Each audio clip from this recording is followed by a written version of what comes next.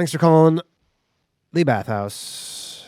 Not the bathhouse. I'm an idiot. I was just talking about the bathhouse. Thanks for calling Low Value Mail. I'm loose. Hey, Danny, how's it going? Good. I'm also Danny. Oh, what's up, Danny? How you doing, pal? Hey, I'm doing well. I just wanted to tell you a quick little story of a time I got scammed. It wasn't a big monetary loss, but it was a big hit to my pride for sure. Okay. I was down on vacation in Mexico visiting my parents' hometown, Okay. and we went to eat at a restaurant that one of my uncles works at. And so we finished our meal. I'm eating with my dad and my brother. I told him, hey, you guys go ahead, start getting in the car. I'm going to grab an ice cream. Some of the restaurants over there have like just like a little freezer by the door, by the front counter. Yeah. So I was like, I'm going to grab a little ice cream. It's kind of a nostalgic. There's like an ice cream from my childhood. Whenever we visited Mexico, I'd always eat those. So I'm like, okay, I'm going to grab one. I go up to the counter, and long story short, the dude basically told me the price, and I still wasn't used to the whole conversion rate on like the U.S. dollars to pesos. Yeah. And so I don't know. He told me the price, and I thought to myself, that seems a little high, but whatever. I don't really want to. I don't know. I just didn't want to argue. You don't want to haggle over an ice cream. Exactly. So I just cough up the cash, and I go out there and I tell my dad, hey, this ice cream, I think it was a little expensive. And he said, how much was it? And I told him, and like his eyes just got really wide. And he was like, you paid how much for that thing? He's like, basically, it came out to about $7 or $8 US. Yeah. And it was one of those tiny little cups of like the chocolate marble. Yeah. It's just a tiny, it should be like $1 probably. Tiny little thing, right? You can eat it in like 2 or 3 scoops. And he was like, yeah, you should probably go in there and talk to him. I said, no, I'm not going to go in there and argue with this dude. It's whatever. I'll take the loss. And later on, we went and talked to my uncle who actually worked there. He's like, oh yeah, those things are like 75 cents. Right. I'm sure that happens though.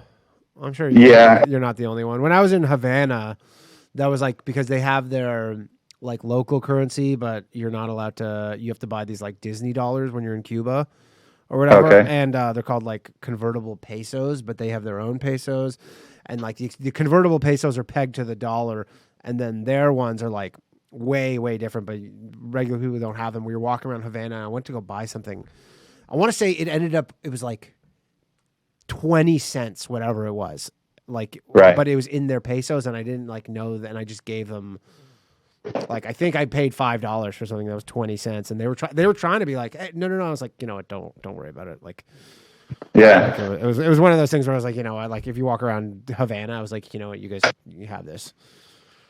Yeah, you really have to be careful. I think they'll sniff out that you're a foreigner. I mean, I was there eating with my dad and my brother, speaking Spanish to them, and even still, I guess they still could tell that I just wasn't from there. And later on, it was embarrassing. All my uncles were laughing at me, and they were like, man, you got screwed over. My wife still laughs at me to this day. Oh man, I had actually when I was in China when I was like 22 or something. I went to China after college, and I think I've told the story somewhere once, but we got scammed so badly. We were walking around, and this couple, it's a young couple, like they were probably like also in their 20s, started walking with us, and they're like, "Yeah, we just want to practice English. If you care to walk around." We were in the Forbidden City, and then they ended up bringing us. They go, "Have you ever done like an ancient Chinese tea ceremony?" And we're like, "No, never done that."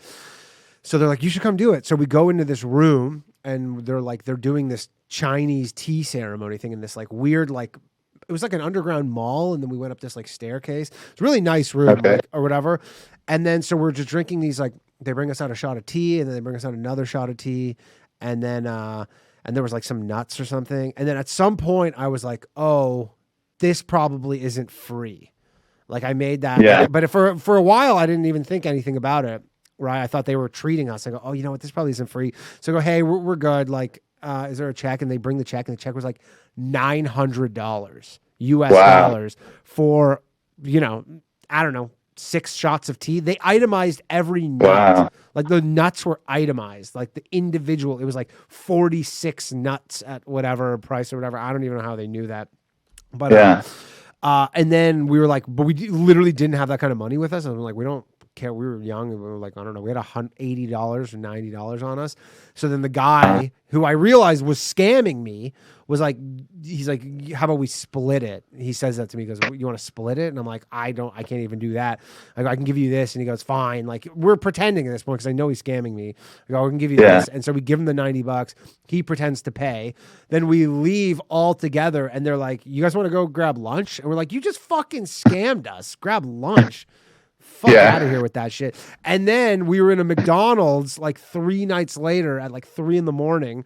And there's these guys behind us who are American, and we start talking with them. And then the one guy who's like from Utah, and he's like, hey, he's like, I got a question. Have you ever? And I go, Chinese tea scam. And he's like, yes. He's like, they got me too. And they got him for over $1,000. Wow. Yeah. Scamming is just some people's business, you know?